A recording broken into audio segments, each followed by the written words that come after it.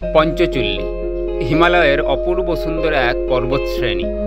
5টি পিককে একত্রে বলা হয় পঞ্চচুল্লী। এই 5টি পিকের মধ্যে পঞ্চচুল্লী 2 এর উচ্চতা সবথেকে বেশি, 6904 মিটার। উত্তরাখণ্ডের কুমায়ুন ডিভিশনে অবস্থিত দর্মা ভ্যালি, আর এই দর্মা ভ্যালির কাছেই পঞ্চচুল্লী পর্বত।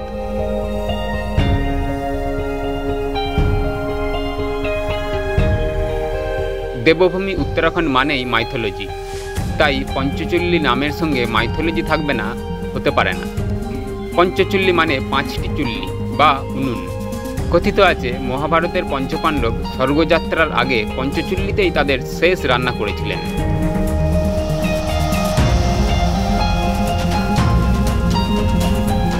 উত্তরাখণ্ড ভ্রমণ মানেই ভক্তি আর রোমাঞ্চের মিছিল, আর ভক্তি আমাকে পৌঁছে দেয় উত্তরাখণ্ডের রোমাঞ্চকর বিভিন্ন স্থানে।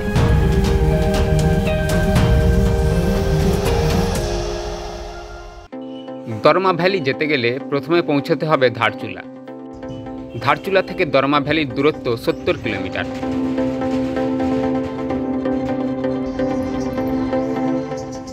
তাওয়াঘাট থেকে বাঁদিকের রাস্তা ধরে আমরা চললাম দর্মা ভ্যালির উদ্দেশ্যে। বেশিরভাগ রাস্তাই কাঁচা এবং বেশ ভয়ঙ্কর।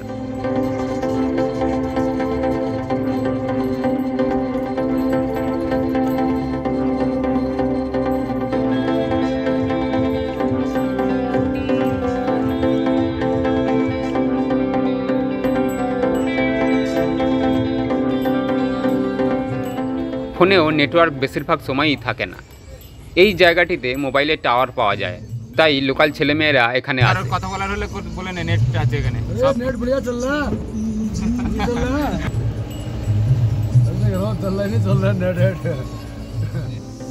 ড্রাইভারজি একটি ঝর্ণার কাছে দাঁড়িয়ে সবাইকে ঝর্ণার জল বোতলে ভরে নিতে বলল। এটা জড়িবুটি জল, পেটের জন্য খুব উপকারী বলে জানালো ড্রাইভারজি। উর্থিং গ্রামে আমরা একটু বিরতি নিলাম। এখন উর্থিং গ্রামে পৌঁছালাম দর্মা ভ্যালির মধ্যে। এখনও আমাদের দান্তু ভিলেজে পৌঁছাতে বেশ কিছুক্ষণ সময় লাগবে। এখন বাজে সন্ধ্যা 6টা, আর এখন এই উর্থিং গ্রামের মধ্যে আমরা চায়ের একটি দোকান রয়েছে, চায়ের দোকানে আমরা একটু চা পানের বিরতি নিচ্ছি। এখানে চা, ডিম সেদ্ধ ইত্যাদি খেয়ে গ্রামের একটি বাচ্চার সঙ্গে বল নিয়ে কিছুক্ষণ খেলে আবার গাড়িতে উঠলাম।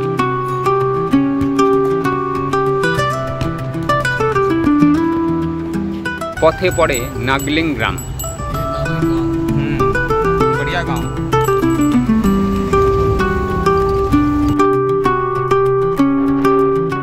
বিকেল নাগাদ পৌঁছলাম দর্মা ভ্যালি।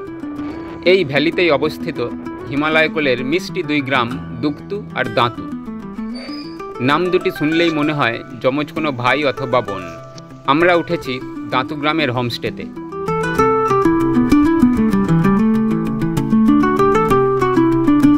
মাড হাউস হোমস্টে মানে মাটির বাড়ি। রান্নাঘরেই খাওয়া দাওয়ার ব্যবস্থা। হোমস্টে মালিক মনোজ ভাইয়ার সাথে গল্প করতে করতে রাতের খাবার খেয়ে নিলাম। আজকে রয়েছে রুটি, ডিমের কারি, সবজি একটা। একটু অন্ধকার আছে, ইলেকট্রিসিটির তো প্রবলেম পাহাড়ে, তো সোলার লাইট এসব চলে। পরদিন ভোর করে ঘুম থেকে উঠি। সকালের সোনারোদ পড়ে পঞ্চচুল্লী সোনালি রূপ ধারণ করেছে। চোখ ফেরানো যায় না, তাকিয়েই থাকতে হয়। গুড মর্নিং বন্ধুরা। গতকাল আমরা দাঁতু ভিলেজে এসেছি। আজ সকালে আমরা সকাল 5টায় ঘুম থেকে উঠে সূর্যোদয় দেখলাম। তো এই আমরা পঞ্চচুল্লী দেখতে পাচ্ছি। আর 2-4টে ইনফরমেশান আপনাদের দিয়ে দিই। এই পঞ্চচুল্লী 1, 2, 3, 4, 5 নম্বরটা একটু এই সাইড থেকে একটু আড়াল আছে। দাঁতু ভিলেজ থেকেই ভালো করে সুন্দর দৃশ্য দেখা যায় পঞ্চচুল্লীর। দুক্তু থেকে কিন্তু সেটা দেখা যায় না। এই হলো সামনে দুক্তু ভিলেজ। তো এই দুক্তু ভিলেজ থেকে কিন্তু পঞ্চচুল্লীর ভিউ দেখতে পাওয়া যায় না। দুক্তুতে থাকলে ট্রেক করতে সুবিধা হবে, কিন্তু আমার মতে দান্তুতে থাকাই বেটার। সকালবেলা উঠে এই ভিউটা পেতে চাইলে সানরাইজের ভিউ আপনাকে এইখান থেকে সুবিধা হবে, দান্তু ভিলেজ থেকে।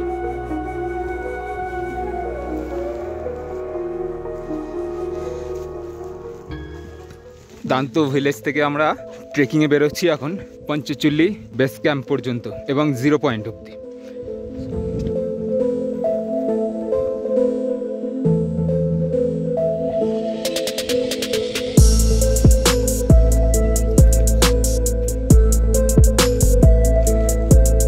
দুক্তু ভিলেজ থেকে আমরা পঞ্চচুল্লি বেস ক্যাম্পের উদ্দেশ্যে ট্রেকিং শুরু করলাম। এই হলো দুক্তু ভিলেজ। এখন বাজে 7:20।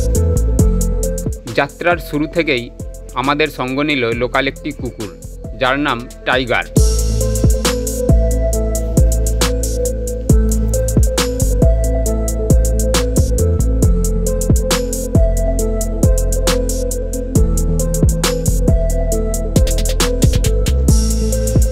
এখানে প্রচুর ভেড়া, এক পাল ভেড়া এখানে চড়ছে।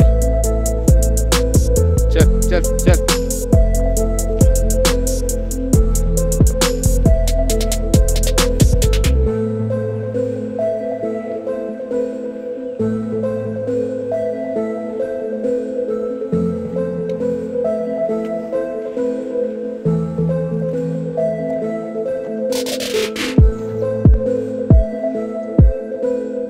শুরুতেই সাজানো গোছানো পাইন গাছের সুন্দর জঙ্গল আমাদের ওয়েলকাম জানায়।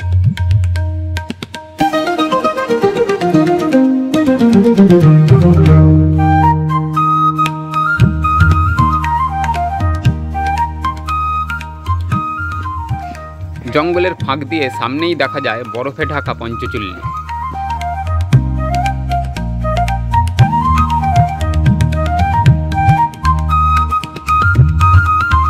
সাধারণ সুন্দর পরিবেশের মধ্যে দিয়ে প্রাকৃতিক পরিবেশ দৃশ্য দর্শন করতে করতে আমরা চলেছি পঞ্চচুল্লি বেস ক্যাম্পের পথে।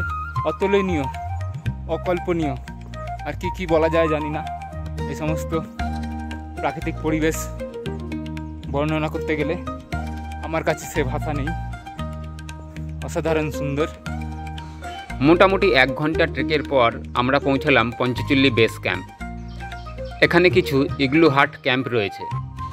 গাইড জানালো পরিবেশ দূষণ হওয়ার জন্য এগুলি এখন বন্ধ করে দিয়েছে প্রশাসন। এখান থেকে পঞ্চচুল্লি দেখতে অপূর্ব লাগছে।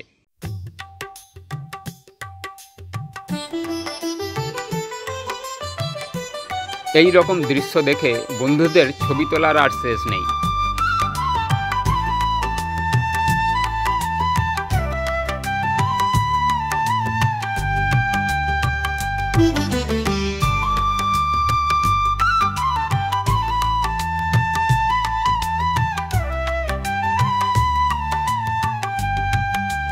এরপর প্রবেশ করলাম রডোডেনড্রন ফুলের রাজ্যে।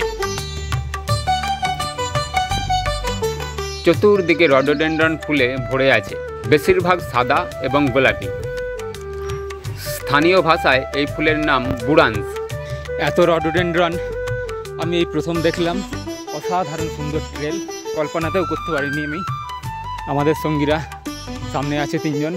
ইয়েলো টাইপের একটা ফুল হয়েছে ছোট ছোট, এটাও হয়তো রডোডেনড্রনই হবে, অন্য জাতের। এই হলো হোয়াইট রডোডেনড্রন, না না এটা ফুলই হয়। আর এই পিঙ্ক রডোডেনড্রন।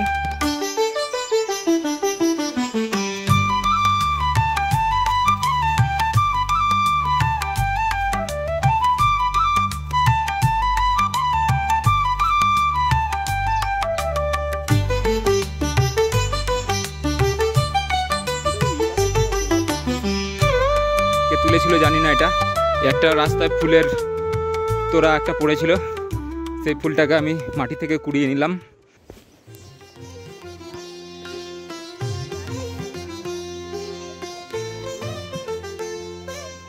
বেস ক্যাম্পের পর থেকে এত রডোডেনড্রন ফুল, মানে মন ভরে প্রাণ ভরে সমস্ত কিছু ভরে একদম আপনি উপভোগ করতে পারবেন।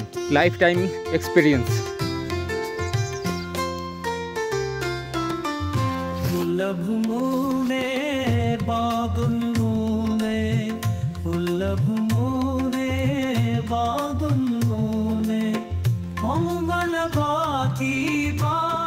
এটাকে বলছে জংলি ফ্লাওয়ার, কিন্তু এটাও কিন্তু একটা রডোডেনড্রন জাতেরই বলতে পারি আমি। রডোডেনড্রনই বলবো আমি এটাকে। ছোট্ট, কারণ পাতাগুলো ওই রকমই দেখতে কিন্তু ছোট ছোট, ফুলটাও ওরকমই দেখতে কিন্তু ছোট ছোট।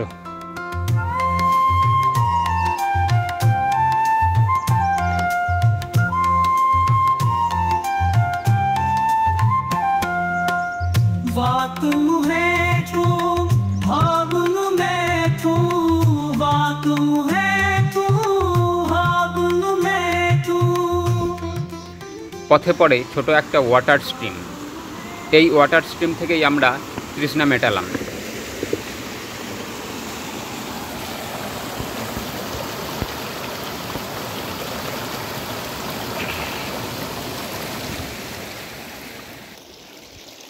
পুরো এলাকাটাই যেন ওয়ালপেপারের ছবি।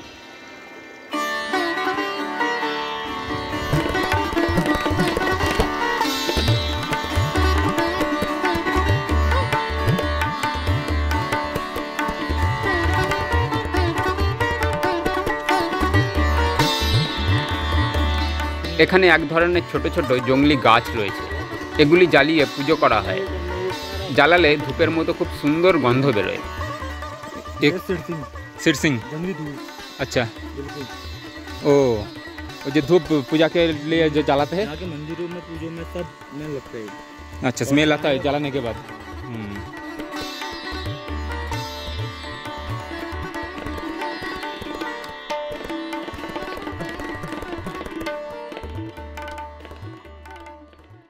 নদীর তীরের দিকটা দেখিয়ে গাইড জানালো এককালে দাঁতু ভিলেজ এখানেই ছিল। তারপরে গ্লেসিয়ার ভেঙে গ্রামটা নষ্ট হয়ে যায় এবং গ্রামের মানুষজন এখান থেকে শিফট হয়ে গিয়ে আমরা যেখানে রয়েছি এখন বর্তমানে সেখানে চলে যায়। এখনও পর্যন্ত বাসন কোসন এগুলো জলের মধ্যে দিয়ে ভেসে ভেসে আসে।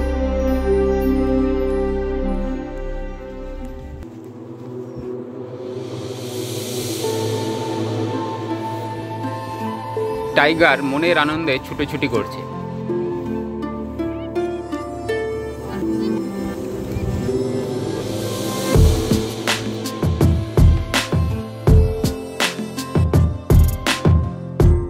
2 ঘন্টায় পৌঁছলাম জিরো পয়েন্টে। গাইড মানস ভাইয়া বড় থেকে ছোট পাথরের ওপর পাথর সাজিয়ে মন্দির তৈরি করছে।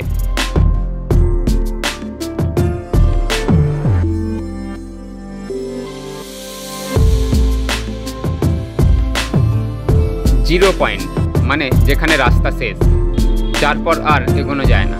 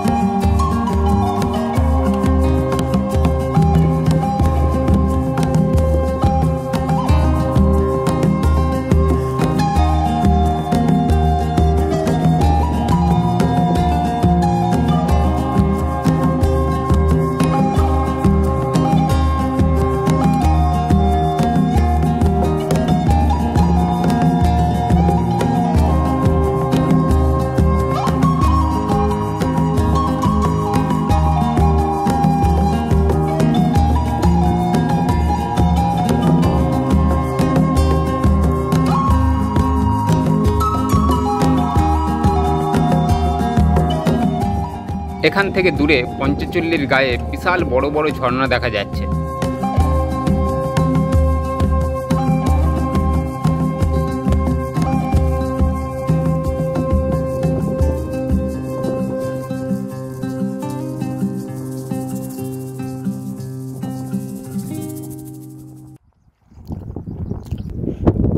হঠাৎ শুনতে পেলাম অ্যাভালাঞ্চের ভয়ঙ্কর গর্জন।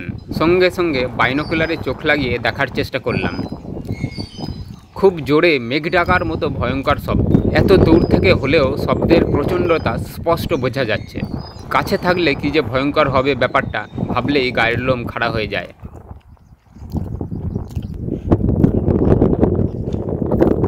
পুরো এলাকা জুড়ে হাওয়া এবং বরফের এক অদ্ভুত শব্দ তৈরি হচ্ছে, যেটা নিস্তব্ধতায় বোঝা যায়।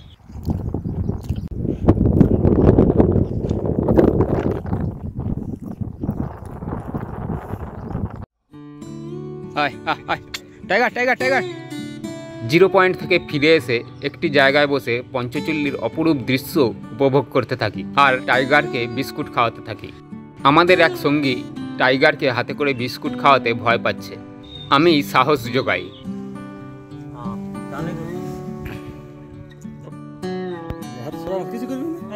ভয় পাচ্ছেন কেন তপন দা? ভয়ের কি আছে? ও কি কামড়াবে নাকি? না না, কিচ্ছু হবে না, ওরা বোঝে কামড়াবে না। জানি পঞ্চচল্লি আমাকে আবার ডাকবে, আবার এখানে আমাকে আসতেই হবে।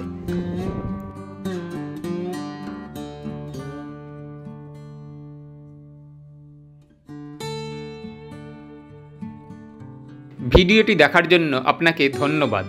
হর হর মহাদেব।